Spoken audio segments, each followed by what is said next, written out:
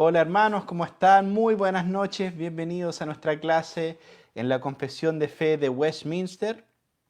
Esta será nuestra última clase. Hoy vamos a estar viendo el último capítulo de la Confesión, el capítulo 33. Así que, bueno, muchas gracias a todos los que han seguido estas clases, han sido parte, ¿cierto?, en vivo o quizás también viendo después. Entonces, sí, esta va a ser nuestra última clase. Un saludo, ¿cierto?, a Marcos Puelles, que nos está viendo desde California, también a Olga Bascuñán, que nos está viendo desde Limache. Y bueno, vamos a entrar a la temática, ¿cierto?, del capítulo 33, que tiene que ver con el juicio final, justamente. Y vamos a ir con la... solo tiene tres secciones, ¿cierto?, este capítulo. Entonces vamos a ir con la sección 1. Dios ha establecido un día en el cual juzgará al mundo con justicia por medio de Jesucristo, a quien todo poder y juicio es dado por el Padre.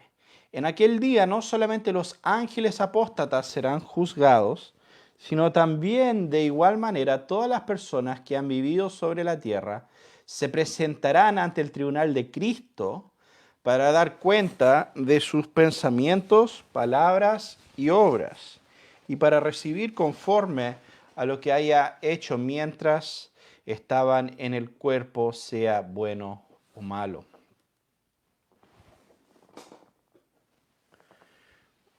Muy bien, este es un punto sumamente importante y central a la fe cristiana. Dios ha establecido un día del juicio. Y en ese día, ¿cierto? La confesión nos dice que toda la humanidad, junto con Satanás y los ángeles apóstatas, van a ser juzgados. Es importante en este punto, justamente para la fe cristiana, porque vemos un mundo donde no todo anda bien. Vemos un mundo donde hay mucha injusticia, y vemos un mundo donde pasan cosas horribles. Qué bueno saber que hay un día del juicio más allá de esta vida, donde todos esos males serán juzgados.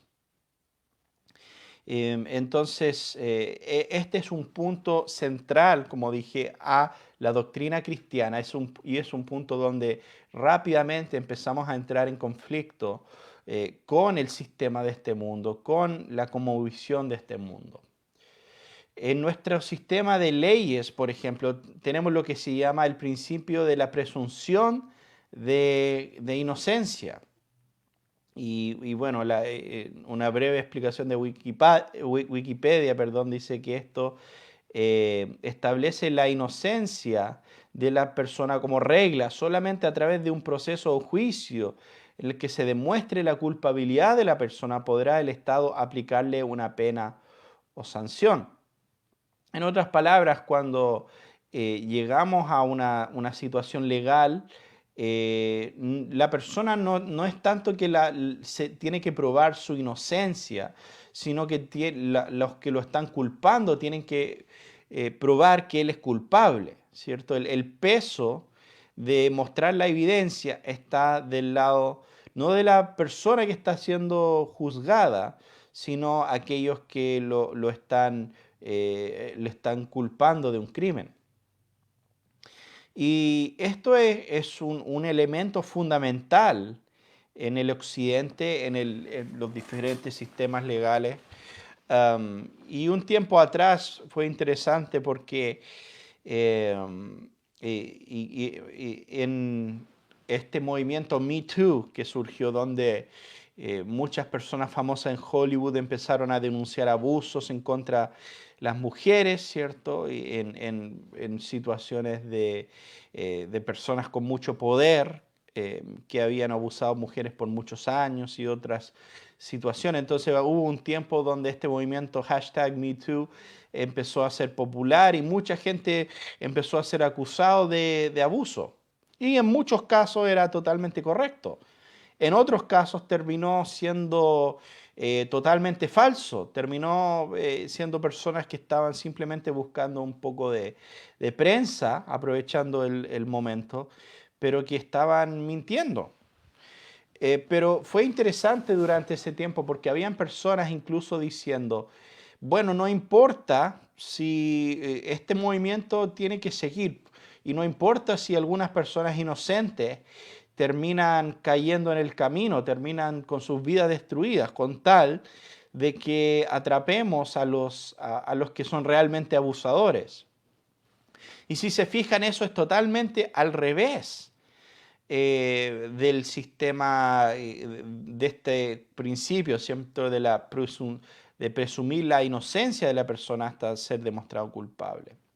Ahora, el sistema cristiano, y bueno, también mencionar que ese sistema también está en línea con la ley de Dios, porque la ley de Dios en la Biblia establece que solo podrán tener cargos presentados personas que tienen por lo menos 2 testigos, ¿cierto? Y si no hay 2 testigos, no se le puede culpar a alguien de un crimen.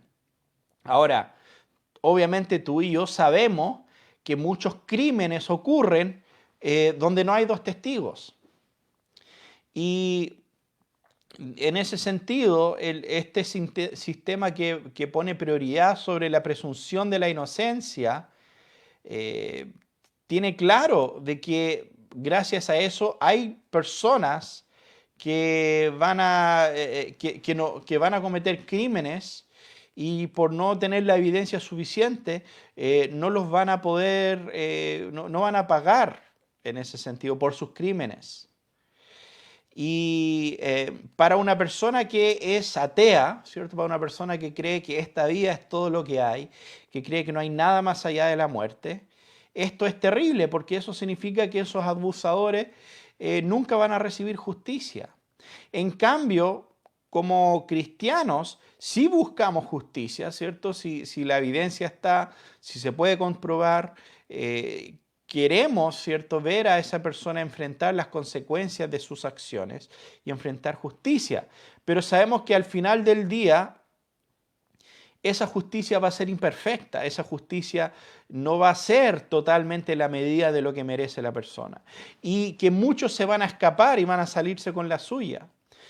Pero de cierta manera, desde una cosmovisión cristiana, eso no es tan importante. ¿Por qué? Porque sabemos que al final del día, aunque algunos podrán escapar justicia terrenal, hay un día del juicio final, hay un día donde, ¿cierto?, todos los secretos, todos los pensamientos, las acciones, todo lo que está en el corazón de cada uno va a salir a la luz. Y ante un Dios que ante quien no podemos esconder, ¿cierto? Quien no puede ser sobornado, que no puede ser, no puede ser corrompido, como tantas veces la justicia terrenal lo puede ser. Entonces, si entendemos eso, podemos tener confianza y no vamos a tener que pensar que la única manera de salirnos o de hacer justicia va a ser por nuestras propias manos o tomando venganza y todo eso. Por eso la Biblia dice, dice no tomen venganza por sí mismos, sino dejen espacio para la ira de Dios. Entonces no está diciendo que esas personas no merecen el castigo de sus crímenes, sino que está diciendo, ustedes no son el instrumento de eso, sino que Dios lo va a hacer. Aunque también en el próximo capítulo, ¿cierto? En Romanos 13, nos dice que el Estado es ministro de Dios.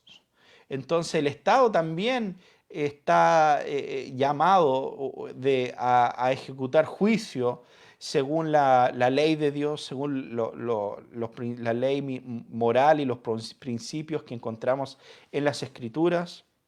El Estado debe ejercer eso. Pero al final nuestra esperanza no está en hombres falibles, sino que está en el hecho de que Dios va a juzgar todos los corazones a un día. Y entonces es importante entender este aspecto del día final del juicio. Em, Obviamente también nuestro llamado al arrepentimiento, nuestra predicación del Evangelio, también se basa en gran parte de la realidad de este gran día terrible del juicio, donde los enemigos de Dios serán juzgados y lanzados al lago de fuego. Y esa realidad es parte del Evangelio también. Si cuando hablamos de salvación, tenemos que definir de qué está, salvación de qué.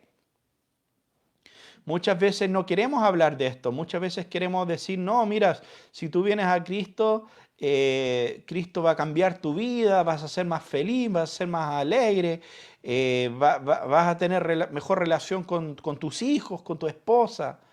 Y en parte es verdad, ¿cierto? Hay obviamente consecuencias en esta vida eh, en cuanto al Evangelio, pero el tema central, o lo más importante, es que somos liberados de la ira de Dios en ese terrible día del juicio. Somos liberados de tener que pararnos ante Dios con nada más que nuestras obras, sino que estamos en ese día revestidos de la justicia de Cristo. Entonces, este día del juicio es central al Evangelio, es central al mensaje que nosotros predicamos. Entonces, eh, por esa razón esto sigue siendo una doctrina esencial de la fe cristiana. También vemos algo aquí en la confesión que no todos han considerado a veces, que todo ser vivo, la tierra se presentará ante el tribunal de Cristo.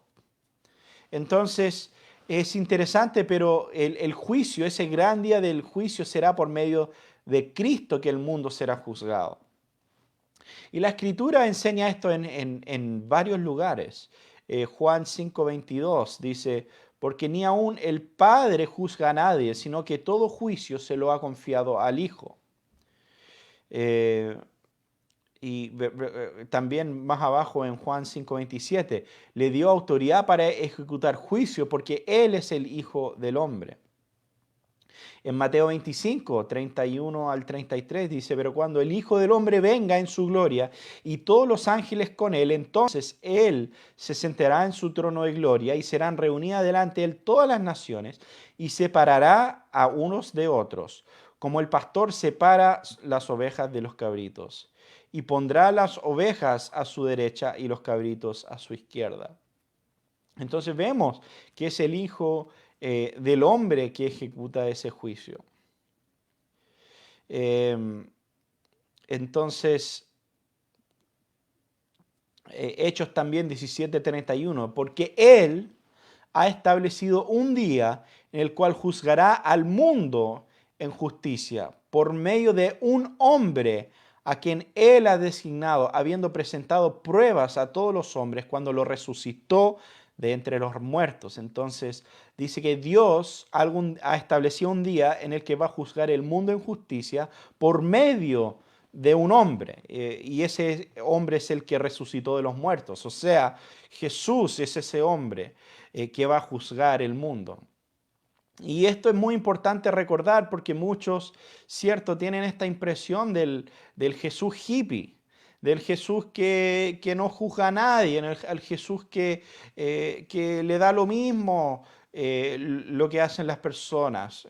Finalmente es alguien que no juzga. Pero no es así. Es verdad que en la primera venida Jesús no vino a condenar el mundo, sino que vino a salvar el mundo. Pero aún así vemos que en el día final Jesús va a juzgar el mundo. Entonces, incluso en el libro de Apocalipsis habla de la ira del Cordero. Y no podemos, si descartamos este aspecto de Jesús, vamos a tener una visión totalmente desbalanceada de quién es Jesús. Entonces, Jesús y por medio de Cristo vamos a ser juzgados. Y dije, vamos a ser juzgados, y justamente porque algunos creen que ese juicio es solo para los impíos, ¿cierto? Que los cristianos no van a, no van a ser juzgados, pero no es así. Aunque finalmente no seremos lanzados al lago de fuego, si estamos en Cristo, aún así todos vamos a tener que ir ante el tribunal de Cristo, como dice 2 Corintios 5:10, porque todos nosotros, mira, Pablo está escribiendo y él se incluye, todos nosotros debemos compadecer ante el tribunal de Cristo, para que cada uno sea recompensado por sus hechos, estando en el cuerpo de acuerdo con lo que hizo, sea bueno o sea malo.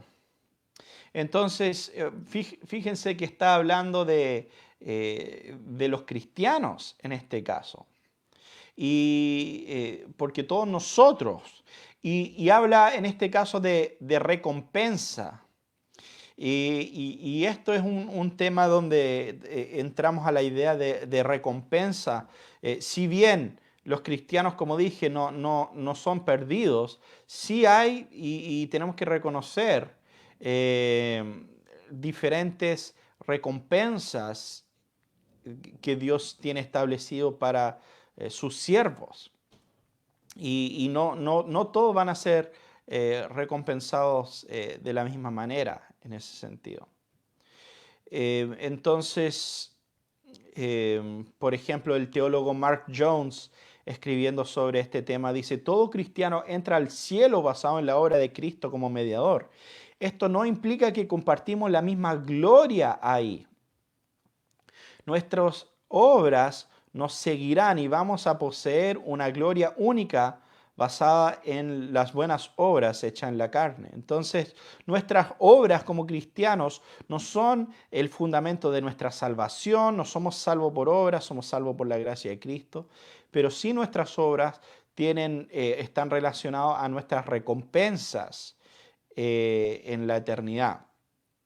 Así que sí es importante considerar ese punto. Y lo mismo Pablo hablando del cuerpo de resurrección en 1 Corintios 15, versículo 41 y 42, dice, hay una gloria del sol y otra gloria de la luna y otra gloria de las estrellas, pues una estrella es distinta a otra estrella en gloria, así también la resurrección de los muertos. Entonces, Pablo está diciendo que van a ver en la resurrección diferentes glorias, o sea, estrellas van a ser más gloriosas que otras, o algunos siervos de Dios van a ser más gloriosos que otros, según lo que hicieron en la carne, según la obra que hicieron en esta vida. Entonces, vemos ese elemento también relacionado al día del juicio. Para el cristiano no es un día de sufrimiento y de ser lanzado al agua de fuego, pero sí es un día donde nuestras obras son medidas y tenemos que tomar esa realidad en cuenta también. Muy bien, a ver, vamos aquí al punto número 2. El propósito por el cual Dios ha establecido este día es para la manifestación de la gloria de su misericordia, en la eterna salvación de los elegidos y de su justicia, en la condenación de los reprobados, que son malvados y desobedientes. En aquel entonces los justos entrarán a la vida eterna y recibirán aquella plenitud de gozo y reposo que procede de la presencia del Señor. Pero los malvados que no conocen a Dios ni obedecen el Evangelio de Jesucristo serán arrojados de la presencia de la gloria del Señor y de la gloria de su poder al tormento eterno y serán castigados con perdición eterna. Este punto también es importante porque manifiesta también el propósito de Dios en todo esto. Lamentablemente muchos tienen una soteriología, una visión de la predestinación muy débil y creen que la intención de Dios era salvar a todo el mundo, pero bueno, el mundo fue rebelde y Dios no pudo cumplir su intención y vamos a llegar al día final y en cierta manera va a ser una tragedia, porque Dios quería salvar a todos, pero no pudo hacerlo. Y no es así, no es así. Dios en su obra redentora va a salvar a todos los que Él ha predestinado para salvación. Ni uno se va a perder. Jesús dijo eso, que no se iba, de todos los que el Padre le había dado no se iba a perder ninguno. Entonces, lo que vemos acá es que Dios tiene un propósito en la salvación de sus elegidos, pero también tiene un propósito en la condenación de los reprobados.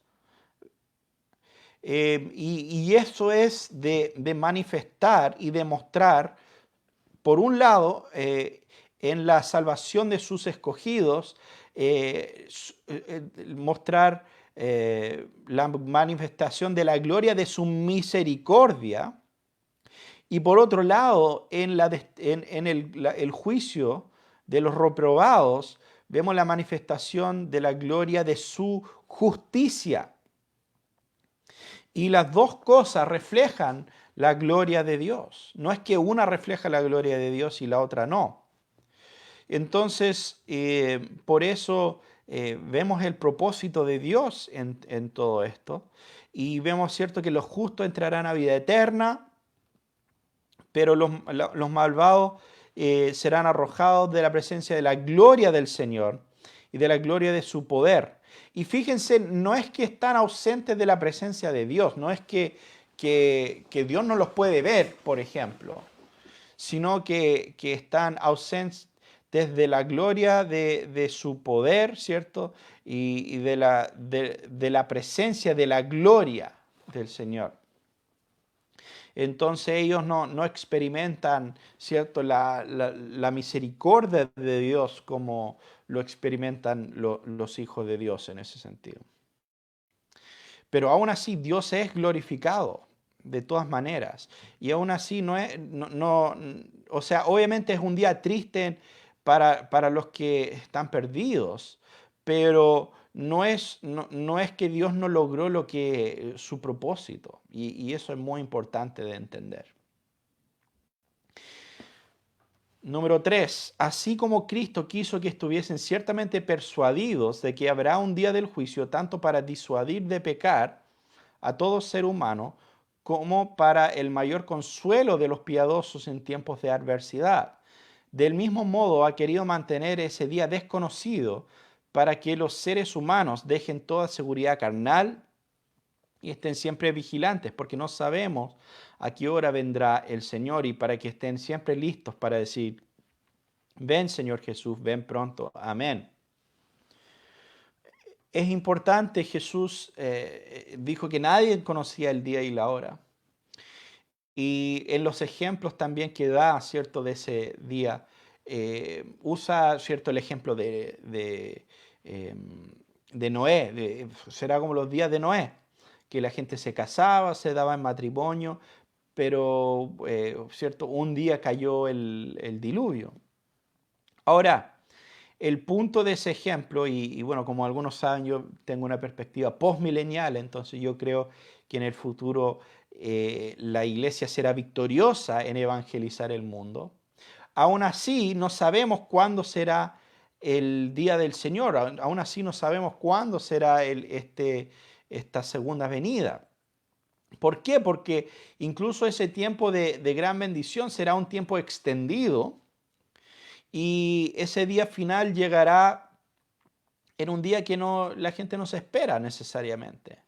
Y eso es lo que está ilustrando. Por ejemplo, cuando habla de Noé, no necesariamente está hablando de la maldad que había en el mundo, no está diciendo que va a haber maldad como en los días de Noé, sino que el día del Señor va a llegar de manera repentina, va a llegar de manera sorpresiva, ¿cierto? En un día que la gente estaba, ¿cierto? Quizás hay un matrimonio en ese día y alguien se está casando, sin idea, ¿cierto? Que ese es en realidad el último día.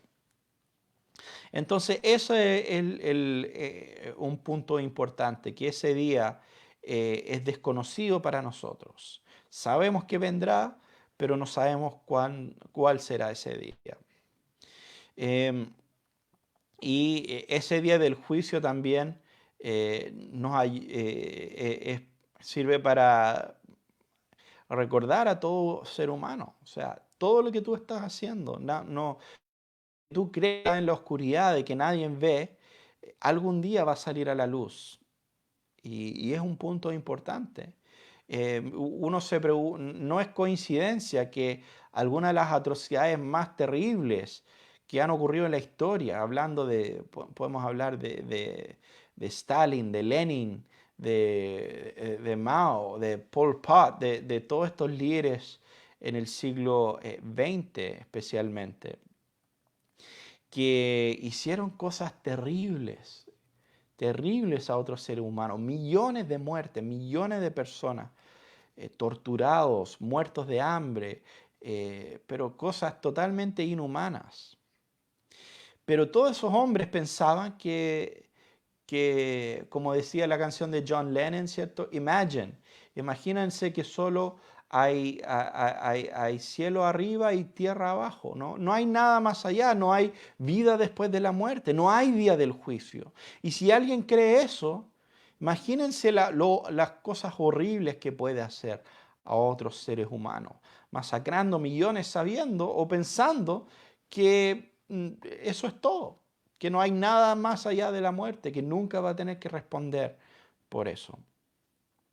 Entonces, por eso es importante para la humanidad saber que hay un Dios y que ese Dios tiene un día determinado donde todos serán juzgados. Y para nosotros, para mantenernos vigilantes y para saber también, cuando estamos en tiempo de adversidad, que Dios hará justicia. Incluso si nos hacen cosas horribles, incluso si tenemos que padecer por Cristo, padecer por su evangelio, sabemos que Dios algún día hará todas esas cosas.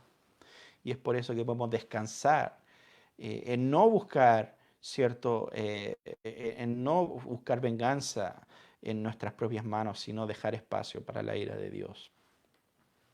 Amén. Bueno, hermanos, hoy día va a ser un poco corto, solamente son estas tres llegado hasta al final de la confesión de fe de Westminster.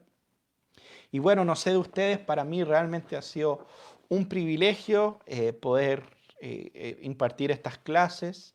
Ha sido un tiempo de aprendizaje también para mí, poder ir punto por punto estudiando la confesión, estudiando estos diferentes temas doctrinales que creo que son muy centrales para nuestra fe, obviamente. Obviamente esto es lo que confesamos como iglesia, ¿cierto? Como iglesia presbiteriana y acá en Pichilemu, pero también encontramos muchas cosas, ¿verdad? Probablemente la gran mayoría que la gran mayoría de los cristianos deberían poder confesar y estar de acuerdo. Y bueno, espero que esto, como dije, haya sido de bendición para ustedes. Ahí vamos a ir comunicando en cuanto a otras actividades y clases durante este tiempo. Pero muchas gracias a todos los que han estado, ¿cierto? Muchos de ustedes semana tras semana han estado escuchando las clases y agradezco mucho también por eso. Y eso, espero que haya sido de bendición y que Dios les bendiga y estamos hablando pronto.